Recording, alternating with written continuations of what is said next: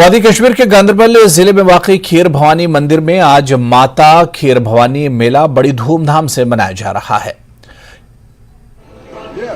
खीर भवानी या रागिया देवी मंदिर भवानी देवी का एक मशहूर मंदिर है। ये श्रीनगर से कुछ किलोमीटर दूर है। खीर भवानी देवी की पूजा तकरीबन तमाम कश्मीरी पंडित करते हैं। रिवायती तौर पर खीर को बाहर के मौसम में मंदिर में चढ़ाया जाता है, इसलिए इसे खीर भवानी का नाम दिया गया। अकीदतमंदों की बड़ी तादाद दर्शन के लिए पहुंची है। सिक्योरिटी के भी सख्त इंतजाम किए गए हैं। सीसीटीवी कैमरे नस्ब किए गए हैं।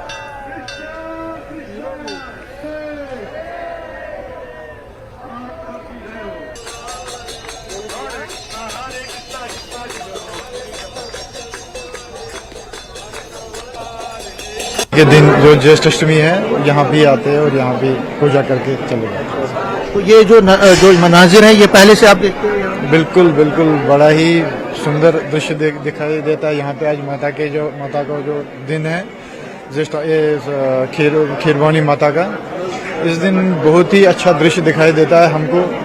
पूरा जो कश्मीरी पंडित समाज है और भी बाकी समाज है, इसमें बड़े दिल से यहाँ पे आता है और पूजा पाठ करके अपनी जो मनोकामनाएं पूरी कर देता है। काफ़ी बड़ा फेस्टिवल है कश्मीरी पंडित्स का और काफ़ी रिलीजियस अटैचमेंट है इसके साथ। मतलब जब से कश्मीरी पंडित कम्युनिटी बनी है तब से इसके साथ काफ़ी जुड़ाव है कश्मीरी कल्चर का एसेंशियली इनफैक्ट। तो एक जोड़ता है कश्मीरी पंडित कम्युनिटी को। मतलब ये एक काइंड ऑफ गैदरिंग है जिस टाइम आप एक साथ मिल सकते हो, एक साथ आप एक कम्युनिटी को एक साथ इकट्ठे देख सकते हो। एक अच्छा पर्व है, एक अच्छा फेस्टिवल। ये बड़ी बात है कि आप बाहर पढ़ते हो, बाहर आप जॉब करते हो, आप कटे हो जम्मू कश्मीर से लेकिन तब भी आप फॉरेन में था। मैं इसके साथ हमेशा जुड़ा रहता था। इनफैक्ट मैं चाहता था कि जब भी मैं जम्मू आऊँ मैं एक पॉइंट बन सके कि मैं यहाँ विजिट कर पाऊँ। एक बहुत बड़ा तीर्थ स्थल है एक्चुअली कह सकते हैं। एक्चुअली है तो कश्मीर की खीर भवानी, बट एक प्रोटोटाइप है जो यहाँ बनाया गया है कश्मीरी पंडितों ने।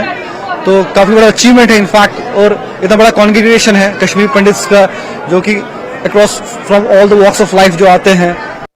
अभी हम जगती माइग्रेंट कॉलोनी में मौजूद हैं और यहाँ पे माता खीर भवानी का जो रेप्लिका टेम्पल है वो बनाया गया है। आप देख सकते हैं हजारों की संख्या में यहाँ पे श्रद्धालु पहुँचे हैं जो आज ज्येष्ठा अष्टमी के दिन आज यहाँ पे अपना जो है माता के चरणों में अपना माथा टेकने पहुँचे हैं। हालांकि 3 दशक से ज़्यादा का समय हो चुका है विस्थापित हुए कश्मीरी पंडित समाज को कश्मीर घाटी से, लेकिन आज भी जो उनकी रवायात हैं और जितने भी रिचुअल्स हैं उनको जिंदा रखे हुए हैं। जम्मू की ये माइग्रेंट कॉलोनी है जगती, जहां पे ये तमाम जो लोग हैं आज सुबह से ही काफ़ी संख्या में पहुंचे हैं और यहां पे माथा टेका है। और ये रेप्लिका जो टेम्पल है ये एक तरह से आस्था का केंद्र अब बन चुका है पिछले कई सालों से। हालांकि गांदरबल तुलमुला में ये लोग जब विस्थापन से पहले मिलजुल के इसी तरह से जो माता ज्येष्ठा अष्टमी है वो मनाते थे, लेकिन विस्थापन के बाद अब जम्मू में जो जानीपुर में और यहाँ पे जगती माइग्रेंट कॉलोनी में रेप्लिका टेम्पल बनाया गया है, जहाँ पे उसी तरह जिस तरह से कश्मीर घाटी में मनाते थे यहाँ पे सब लोग इकट्ठे होते हैं और मिलजुल के इस फेस्टिवल को मनाते हैं। क्या कहेंगे जो ये मंदिर है यहाँ पे हजारों की संख्या में श्रद्धालु पहुँचे हैं। कश्मीर घाटी में जब आप मनाते थे तुलमुला में और यहाँ पे क्या अंतर आया है और आप क्या कहेंगे आप? आज हम बड़ी प्रेम बड़ी श्रद्धा से हम ये मनाते हैं। हर साल हम ज्येष्ठ अष्टमी यहाँ मना रहे हैं। हम पहले 90 के पहले हम श्रीनगर में मनाते थे तुलमुला में। उसके बाद जब हमें 90 में ये पलायन हो गया फिर हम यहाँ ज्येष्ठ अष्टमी जगती में फिर जगती कैंप भी बन गया। हम हर साल जगती में ये मनाते हैं।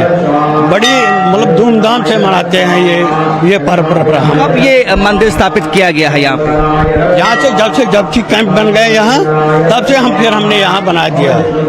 जब से कैंप स्टार्ट हो गया, जब कैंप यहाँ गवर्नमेंट ने बनाया, रिलीफ कमीशन ने बनाया ये, तब से फिर हम जगती में हमने ये मंदिर बनाया जयेश अष्टमी का। उसके बाद हम यहाँ मनाते हैं। आज माता के सामने क्या दुआ की, क्या प्रार्थना की आप? माता के सामने यही प्रार्थना कर रहे थे कि हम वापस कश्मीर जाएंगे बड़ी अच्छी धूमधाम, जैसे पहले हम मनाते थे कश्मीर में, उसी तरह आज भी हम मनाएंगे। क्या कहेंगे आप, क्या कहेंगे? बस हम भी यही कहेंगे माता को, बस प्रार्थना यही है जल्दी जल्दी हालात ठीक हो जाए, हम भी जाएंगे अपने कश्मीर में, यही प्रार्थना है। यहाँ भी अच्छा खासा रश जो है यहाँ पे जो श्रद्धालु हैं उनका देखने में आया है। आपको क्या लगता है कितना फर्क आया जब आप कश्मीर तुलमुला में मनाते थे और आज कितना फर्क आ गया? ठीक है, आज इधर भी रश है, कश्मीर में भी रश है, इधर भी ठीक है। चलो माता की कृपा बनाए रहे, हमें सबों पे दया है उसकी, है माता साहब सभी। आप क्या कहेंगे? जय माता की। यहाँ पर जगती में माता खीर भवानी ट्रस्ट है, स्थापन है, यहाँ सब लोग आइए दर्शन कीजिए। ये सब की माता है। पहले तुलमुला हम जाते थे 32 साल पहले, अब इधर मनाते।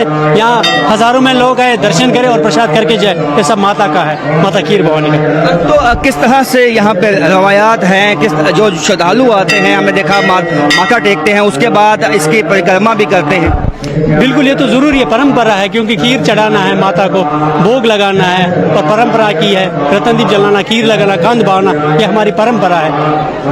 तो अपने जितने भी रवायात हैं उनको जिंदा रखे हुए हैं आज भी कश्मीरी पंडित समाज, चाहे देश के किसी भी कोने में हो, लेकिन जो अपने रिचुअल्स हैं, जो अपनी भावनाएं हैं, उनको व्यक्त करने के लिए सब जो है यहाँ आज इकट्ठे हुए हैं, माता के प्रति अपनी आस्था को दर्शाते हुए। ये आप देख सकते हैं लाइन में लगे हुए हैं, लेकिन उसके बावजूद जो है अपनी आस्था में कोई कमी नहीं है इनकी, और चाहते हैं कि आज माता के चरणों में आप ये माथा टेकें, और इस बात की ये कामना कर रहे हैं कि अब कश्मीर घाटी में जल्द से जल्द हालात ठीक हों और वापस जिस तरह से ये विस्थापन से पहले अपने इन फेस्टिवल्स को मनाते आए हैं उसी तरह मना पाएं। कैमरामैन साहिबा भट्ट के साथ राजन वैद, जगती टाउन, जम्मू।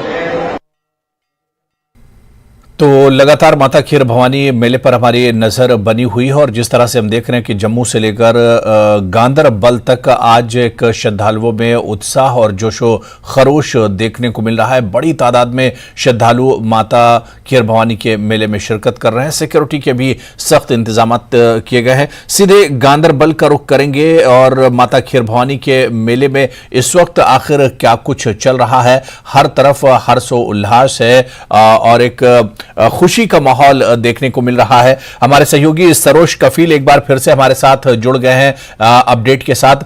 सरोज, इससे पहले भी हम लोग बात कर रहे थे, माता खीर भवानी का मेला ये तारीखी मेला है, बहुत सी मान्यताएं यहां पर मानी जाती हैं और यहां की एक एक चीज की बहुत इंपॉर्टेंस है अगर हम बात करें। लेकिन इस मेले को कहा जाता है इस वजह से भी इंपॉर्टेंट है कि जो कश्मीरी पंडित जम्मू या देश के अलग अलग हिस्सों से आते हैं वो माता खीर भवानी के दर्शन तो करते ही करते हैं, लेकिन उनका जो एक जुड़ाव है अपनी जमीन से, अपने बाप दादा की जो एक विरासत है उससे जो एक जुड़ाव है, उस वजह से भी इसकी इंपॉर्टेंस काफी बढ़ जाती है। सही कह रहे हैं आप हुरैरा। देखिए, खाली जैसा आपने अभी कहा कि दर्शन के लिए तो आते ही आते हैं दूर दराज से लोग। पहले आपको बता दूं कि अभी काफ़ी भीड़ उमड़ रही है। अभी हमारी डीसी गांदरबल से भी बात हुई थी, वो भी यही थे।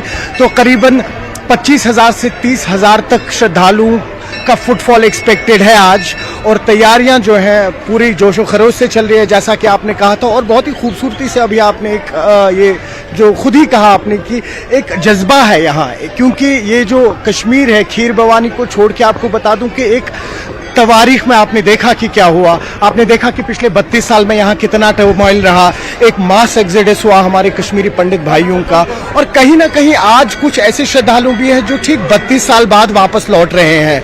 और कहीं ना कहीं श्रद्धा के साथ वो एक जज्बा, वो एक एहसास जो है वो कहीं ना कहीं दिख रहा है। हम यहाँ पे कुछ लोगों से बात कर रहे थे, काफी भावुक भी हुए वो लोग। आपकी कुछ लोगों से बात कराने की कोशिश करते हैं। मैम, आप अपना नाम बताएं हमें। मेरा नाम नंसी दार है। नैन्सी जी, ये बताएं कि कितने टाइम बाद आए आप यहाँ पे? हम आए 6 साल बाद, क्योंकि मेरे हस्बैंड को हो गए यही 5 साल रिटायर हुए। उससे पहले हम आए थे, तो अब अभी हम आए 5 साल 6 साल बाद। नैन्सी जी, ये बताइए कि क्या फर्क है 32 साल पहले में और आज में? वो मत पूछिए मेरे भाई, बहुत बहुत हद से ज्यादा फर्क है। और ये भी सब कुछ अच्छा हो रहा है, हो जाएगा आगे। आप थे कहाँ से जब आप कश्मीर में रहते थे? हम कश्मीर में रहते थे, हवा कदल में, फिर रहते थे बंटवारा में। तो वापस आने का कभी सोचा नहीं आपने? सोचा तो बहुत है, नंगे पाँव आएंगे, आते भी है। इनकी भी गलती नहीं, हमारी भी गलती नहीं। हमारे गृह पता नहीं इनके भी क्या गुनाह थे, बच्चों को ब्रेन वॉश हो गए। बाकी कुछ नहीं है, बाकी सब ठीक ठाक है। वो थोड़ा चलो माता रानी दया करिए, अगर देंगे कुछ हमारे अपने सोने के महल, वो पहले जैसे महल नहीं मिलेंगे जो हमारे वो फटे पुराने मकान थे, मगर वैसे नहीं मिलेंगे। मगर अगर देंगे कुछ, माता को इंसाफ आएगा हमारे लिए, हमारा चार करेगी ये माता हमको रहने के लिए, जिंदा भी अगर रह सके हम, वो अगर कुछ करेंगे हमारे लिए, बस हमारे लिए बहुत अच्छा यहाँ आज अरेंजमेंट था। कितना फर्क है जब आप 6 साल पहले आए थे और आज? हद से ज्यादा अरेंजमेंट है, टाट वाट दिए, सब कुछ दिया, कमले दी, नए कमले आई। तो वापस लौटिए अब। आप देखिए कितनी सारी स्कीम्स बन रही हैं, वापस आ जाइए। बस जिस दिन भी बोलेंगे बस नंगे पाँव, पीछे भी नहीं देंगे। जो फटे पुराने हमने आप उधर से जो लाए बर्तन, वो भी उधर ही छोड़े, जैसे यहाँ छोड़े वो वहाँ छोड़ेंगे, यहाँ आएंगे हम। उम्मीद करते हैं कि देखा अभी आपने हुरैरा जी। कि काफी भावुक हो गए, यादें इनकी ताजा हो गई, कह रहे हैं कि वापस आना चाहते हैं। जी बिल्कुल बिल्कुल, बहुत एहसास जुड़े हुए हैं। जैसा अभी आपने कहा कि श्रद्धा ही नहीं, उसके साथ कई एहसास जुड़े हैं। पंडित जी जुड़े हुए हैं हमारे साथ। पंडित भरद्वाज जी, ये बताइए कि आज जो है एक कम्युनल हारमोनी काफी ज्यादा मिसाल दी जाती है, स्पेशली जब हम खीर भवानी की बात करते हैं। देखो, ये खीर भवानी जो माता है, इसकी बहुत सी मान्यता है पूरे वर्ल्ड में, पूरी दुनिया में। जो हमारे कश्मीरी पंडित हैं, जो हमारे हिंदू भाई हैं, जहाँ के मुसलमान जो लोकल हैं, उनकी भी जहाँ आस्था जुड़ी हुई है। ये जो कोई भी त्योहार आता है, चाहे वो किसी पैगंबर का दिन होता है, जहाँ हमारी माता भगवती का दिन होता है, जहाँ अमरनाथ स्वामी का दिन आता है, जैसे शिवरात्रि आएगी, तो उसमें हम लोग जो है हिंदू मुसलमान सिख ईसाई तब तक इकट्ठे होकर नहीं मनाएंगे तो हमारा वो त्योहार फीका पड़ जाता है। और यहाँ जो खीर भवानी है माता, ये 8वीं और 9वीं रात को जहाँ हवन हुआ, यज्ञ हुआ, प्रसाद बना, और एडमिनिस्ट्रेशन ने जहाँ जो होता था उनका वो किया, और धर्म ट्रस्ट वालों ने भी किया। लेकिन जहाँ का हम ये कहते हैं कि हमारे कश्मीरी पंडित जो बाहर हैं, जब से सरकार बोल रही है हम इनके लिए वो कर रहे हैं, नौजवान जो साथी इधर गवर्नमेंट ने जहाँ नौकरियां दी, उनको खतरा है जहाँ, तो उनको बेचारे वो डर लगता है उनको बच्चों को। तो उन बच्चों को जब आएंगे वो उधर नौकरियां करेंगे, उनको सिक्योरिटी होना चाहिए और उनको जॉब मिलना चाहिए।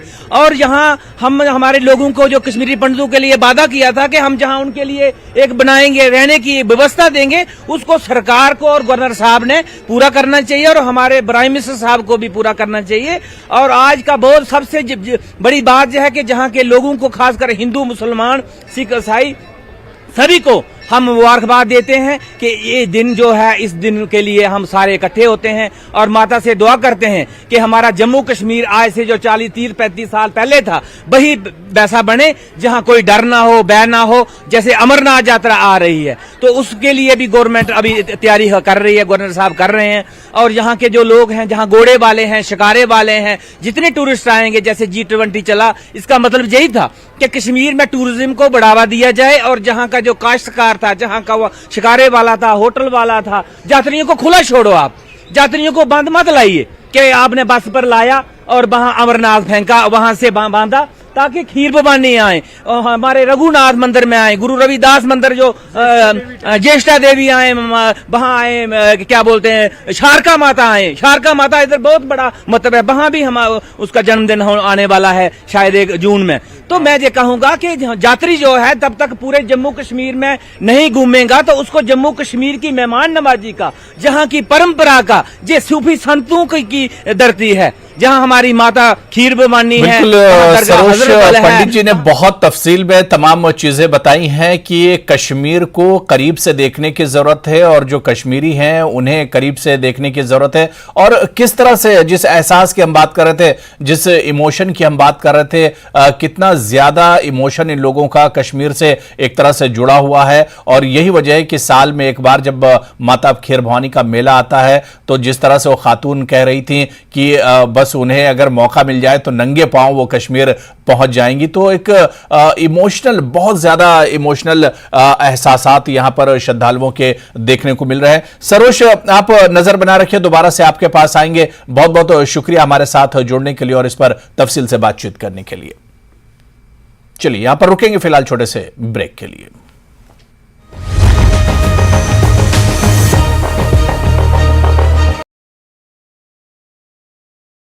निदेशक और न्यू मीडिया विभाग के डीन प्रदीप नायर को वैश्विक विज्ञान संगठन के अंतर्राष्ट्रीय पैनल ने सदस्य नियुक्त किया है।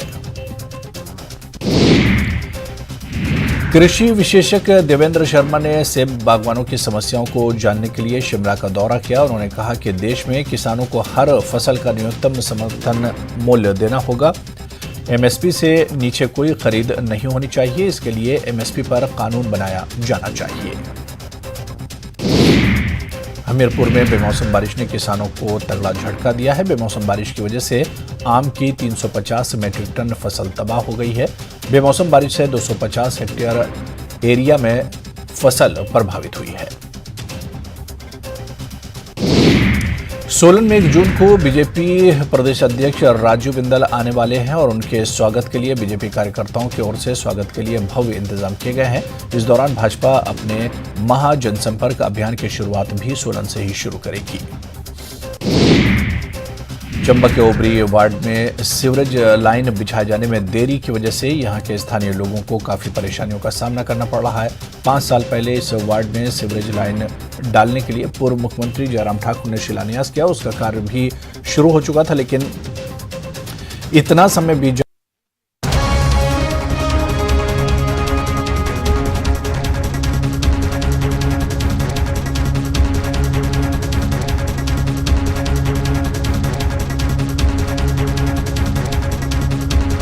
बैद्यनाथ कब्ज हर, पुरानी कब्ज, एसिडिटी व अन्य पेट की परेशानी में उपयोगी। हेडलाइंस प्रेजेंटेड बाय पेट सफा आयुर्वेदिक चूर्ण, पेट सफा तो हर रोग दफा।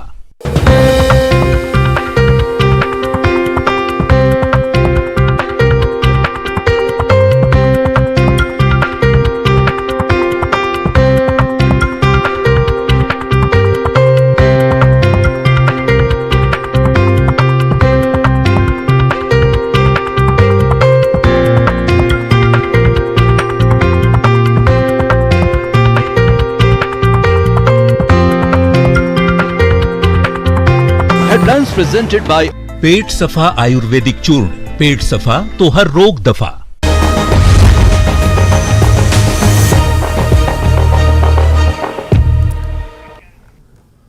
चलिए आगे बढ़ेंगे। वज़ीर-ए-आज़म नरेंद्र मोदी ने नए पार्लियामेंट हाउस का इफ्तिताह किया है। इफ्तिताही तकरीब का आगाज हवन और पूजा से हुआ। पीएम मोदी ने कहा है कि नया पार्लियामेंट हाउस हर हिंदुस्तानी के लिए फख्र की बात होगी। इफ्तिताही तकरीब के पेश नज़र पार्लियामेंट के इर्द गिर्द दिल्ली पुलिस और नीम फौजी दस्तों का सख्त पहरा रहा।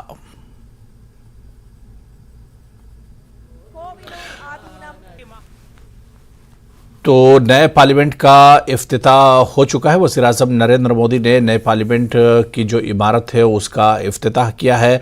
पूरे रीति रिवाज के साथ इसका इफ्तिताह किया गया, पूजा और हवन किया गया और उसके बाद इसका इफ्तिताह किया गया। नए पार्लियामेंट के इफ्तिताह के मौके पर खुद वज़ीर-ए-आज़म नरेंद्र मोदी और पार्लियामेंट के स्पीकर यहाँ पर मौजूद थे, लोकसभा स्पीकर, और इनकी मौजूदगी में इसका इफ्तिताह हुआ। सिंगोल जो था उसको स्थापित किया गया, उसे लगाया गया और बड़ी तादाद में जो यहाँ पर पुजारी थे वो एक तरह से मौजूद थे और पूरी रीति रिवाज के साथ, विधि विधान के साथ एक तरह से इसका पार्लियामेंट की नई इमारत का इफ्तिताह किया गया है। तो इफ्तिताही तकरीब का तो एक तरह से आगाज हवन के साथ हो चुका है, लेकिन ये तकरीब अभी चलती रहेगी और दोपहर 1:30 बजे तक ये तकरीब यूं ही चलती रहेगी। तो इफ्तिताही तकरीब का आगाज हवन के साथ हुआ है और कुछ पहले की तस्वीरें हम आपको दिखा रहे हैं। जिस वक्त ये इफ्तिताही तकरीब चल रही थी, वज़ीर-ए-आज़म नरेंद्र मोदी पार्लियामेंट की नई इमारत के अंदर पहुंचे थे और रिवायती तरीके से इसका इफ्तिताह एक तरह से वज़ीर-ए-आज़म नरेंद्र मोदी ने किया था। काफ़ी देर वज़ीर-ए-आज़म नरेंद्र मोदी पार्लियामेंट की नई इमारत में रुके। जो पूरी एक कार्रवाई थी, जो एक शुरुआती अमल था, उसमें वज़ीर-ए-आज़म नरेंद्र मोदी मौजूद रहे। वज़ीर-ए-आज़म नरेंद्र मोदी के अलावा पार्लियामेंट लोकसभा के स्पीकर भी मौजूद रहे और इसके अलावा जो मरकज़ी काबीना के जो कैबिनेट मिनिस्टर्स हैं, जो वुज़रा हैं, वो भी इस मौके पर मौजूद रहे। कई रियासतों के वुज़राए आला भी इस मौके पर मौजूद रहे और इस तारीख़ी लम्हे के एक तरह से गवाह बने हैं। तो वज़ीर-ए-आज़म नरेंद्र मोदी ने नई पार्लियामेंट की नई इमारत का बाकायदा इफ्तिताह कर दिया है और पार्लियामेंट की ये नई इमारत अपने आप में एक अजूबा है और इसमें कई ऐसी खासियतें हैं जो पहले की इमारत में एक तरह से मौजूद नहीं थी। आपको बताते चलें कि वज़ीर-ए-आज़म नरेंद्र मोदी ने जो संविधान है उसका भी यहाँ पर इफ्तिताह किया और उसकी जो कॉपी लगाई गई थी उसका भी यहाँ पर इफ्तिताह किया था। तो नए पार्लियामेंट हाउस का इफ्तिताह बाकायदा हो चुका है। खुद वज़ीर-ए-आज़म नरेंद्र मोदी ने इस नए पार्लियामेंट की जो बिल्डिंग है उसका इफ्तिताह किया और जो ये तस्वीर आप देखिए, कुछ देर पहले की तस्वीरें हैं। जो कारीगर इस बिल्डिंग को बनाने में लगे थे उनका भी इस्तकबाल वज़ीर-ए-आज़म नरेंद्र मोदी ने किया। बाकायदा वज़ीर-ए-आज़म नरेंद्र मोदी ने मोमेंटो उन लोगों के लिए पेश किया और उसके बाद एक कुल मजहबी, जिसमें तमाम मज़ाहिब के जो रहनुमा हैं, जो अक़ीदतमंद हैं, वो एक तरह से शामिल हुए थे। जो पुजारी हैं वो इसमें शामिल हुए थे। तो तमाम धर्मों के जो मानने वाले थे वो इसमें शामिल हुए और एक दुआया तकरीब का भी इनेकाद किया गया था। और इस मौके पर वज़ीर-ए-आज़म नरेंद्र मोदी की कैबिनेट के तमाम जो मेंबर थे वो भी मौजूद थे और इसके अलावा मरकज़ी वुज़रा और अलग अलग रियासतों के जो वुज़राए आला थे वो भी मौजूद थे और इस तारीख़ी लम्हे के गवाह बने थे। माननीय प्रधान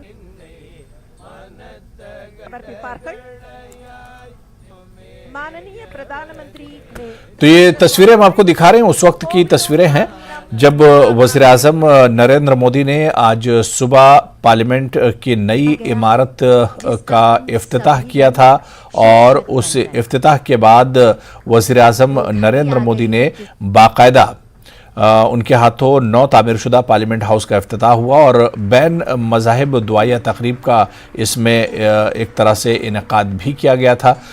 तो वज़ीर-ए-आज़म नरेंद्र मोदी ने बाकायदा अब जो पार्लियामेंट की नई इमारत है उसका इफ्तिताह कर दिया है और इस मौके पर वहाँ सिंगोल की भी तनसीब की गई और एक बैन मज़ाहिब दुआया तकरीब का इनेकाद किया गया।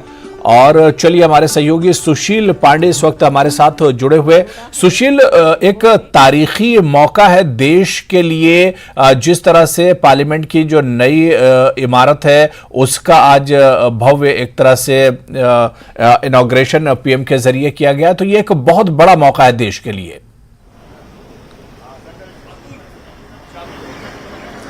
जी बिल्कुल, देखिए साफ तौर से ये अपने आप में एक बहुत बड़ा दिन है और अपने आप में एक ऐतिहासिक दिन है जब भारत के प्रधानमंत्री नरेंद्र मोदी के द्वारा एक नए संसद का जो निर्माण हुआ है उसको समर्पित किया गया है। ये अपने आप में आत्मनिर्भर भारत की एक नई पहचान के रूप में देखा जाएगा, क्योंकि भारत के प्रधानमंत्री की तरफ से साफ तौर से ये कहा गया था कि भारत की नई संसद का निर्माण भारत को नए आयाम को देखते हुए आगे ले जाएगा। और सबसे महत्वपूर्ण बात इस मामले में यह है कि नई संसद नए संविधान, नए कानूनों के आने वाले भविष्य में आयामों को तय करेगा। सबसे महत्वपूर्ण बात यह भी है कि जो पुरानी संसद है वो 4 साल के बाद कहीं ना कहीं 100 साल उसके जो है वो पूरे हो जाएंगे, तो ऐसे में उसको विश्राम देने की भी आवश्यकता थी और ऐसे में नए संसद भवन का निर्माण कहीं ना कहीं नई तकनीकी और नए आधार और भारत को कहीं ना कहीं विश्व के पटल पर